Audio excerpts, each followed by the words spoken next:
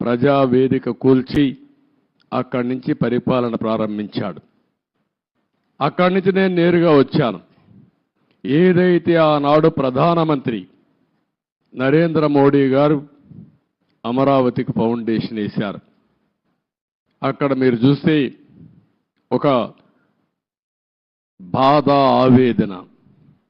1631 రోజులు మీరు ఆందోళన చేయడం ఒక ఎత్తైతే, ఈ రాజధాని ప్రారంభించినప్పుడు రాష్ట్రంలో ఉండే ప్రతి ఒక్క గ్రామం, ప్రతి ఒక్క వార్డు నుంచి పవిత్రమైన మట్టిని, పవిత్రమైన జలాల్ని, అక్కడుండే దేవాలయాలు కానీ, మసీదులు కానీ, చర్చిలు కానీ, ప్రార్థనాలయాల్లో ప్రార్థనలు చేసి అందరి దేవుళ్ళ యొక్క ఆశీర్వాదాలు తీసుకొని పవిత్రమైన మట్టిని ఇక్కడ